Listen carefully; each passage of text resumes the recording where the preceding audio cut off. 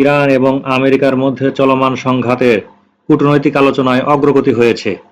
যুক্তরাষ্ট্র এবং ইরান একটি প্রাথমিক ৬০ দিনের যুদ্ধবিরতির কাঠামোতে সম্মত হয়েছে, যদিও এখনও আনুষ্ঠানিক অনুমোদন বাকি।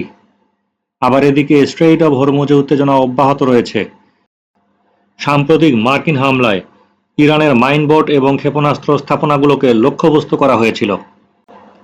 গত ২৬ থেকে ২৮ মে যুক্তরাষ্ট্রের সেনারা ইরানের দক্ষিণাঞ্চলে বন্দর আব্বাসের কাছাকাছি স্থানে হামলা চালিয়েছিল, যেখানে মাইনবোট এবং ক্ষেপণাস্ত্র স্থাপনাগুলোকে ধ্বংস করা হয়েছে বলে তাদের পক্ষ থেকে দাবি করা হয়েছিল।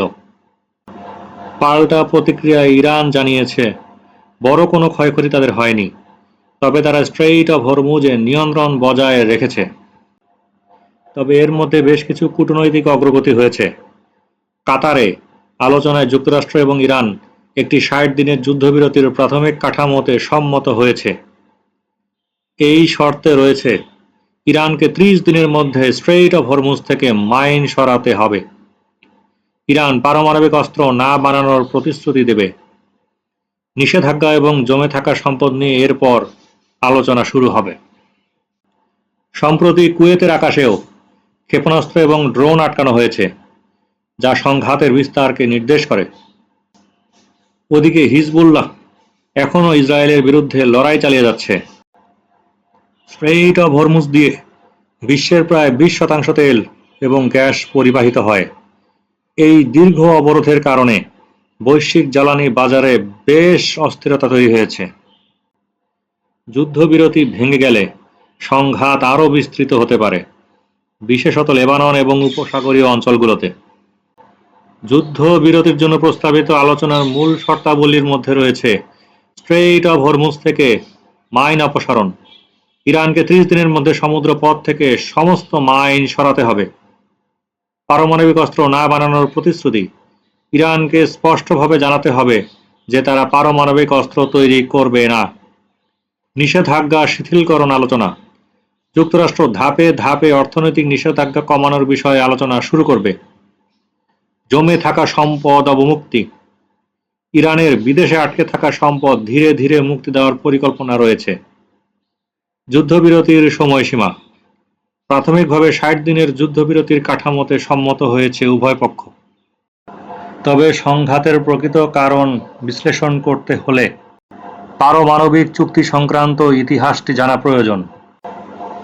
ইরান এবং যুক্তরাষ্ট্র সহ বিশ্ব শক্তি অর্থাৎ যুক্তরাষ্ট্র, যুক্তরাজ্য, ফ্রান্স, রাশিয়া, চীন এবং জার্মানি একটি চুক্তি করে। এতে ইরান পারমাণবিক কর্মসূচি সীমিত রাখার প্রতিশ্রুতি দেয় এবং বিনিময়ে অর্থনৈতিক নিষেধাজ্ঞা শিথিল হয়। এটি ছিল ২০১৫ সালের জেসিপিওএ চুক্তি। এই চুক্তির মূল শর্তাবলীর মধ্যে ছিল ইউরেনিয়াম সমৃদ্ধকরণ সীমিত করা, আন্তর্জাতিক পরিদর্শকদের প্রবেশাধিকার দেওয়া এবং পারমাণবিক অস্ত্র তৈরির পথে না যাওয়া।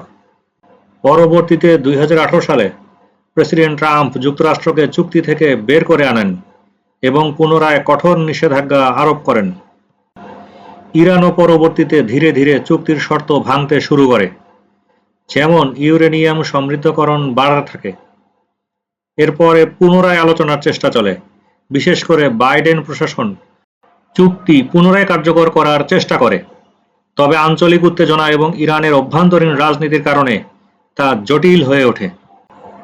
চুক্তি কার্যকর থাকাকালে ইরানের অর্থনীতি কিছুটা স্বস্তিতে ছিল। যুক্তরাষ্ট্রের প্রত্যাহারের পর ইরান আবারও আন্তর্জাতিক চাপের মুখে পড়ে। মধ্যপ্রাচ্যে উত্তেজনা আরও বেড়ে যায়, বিশেষত ইসরায়েল এবং সৌদি আরবের সঙ্গে ইরানের সম্পর্ক আরও খারাপ হয়। সর্বশেষ তথ্য অনুসারে ইরানের পারমাণবিক কর্মসূচি বর্তমানে স্থবির অবস্থায় রয়েছে।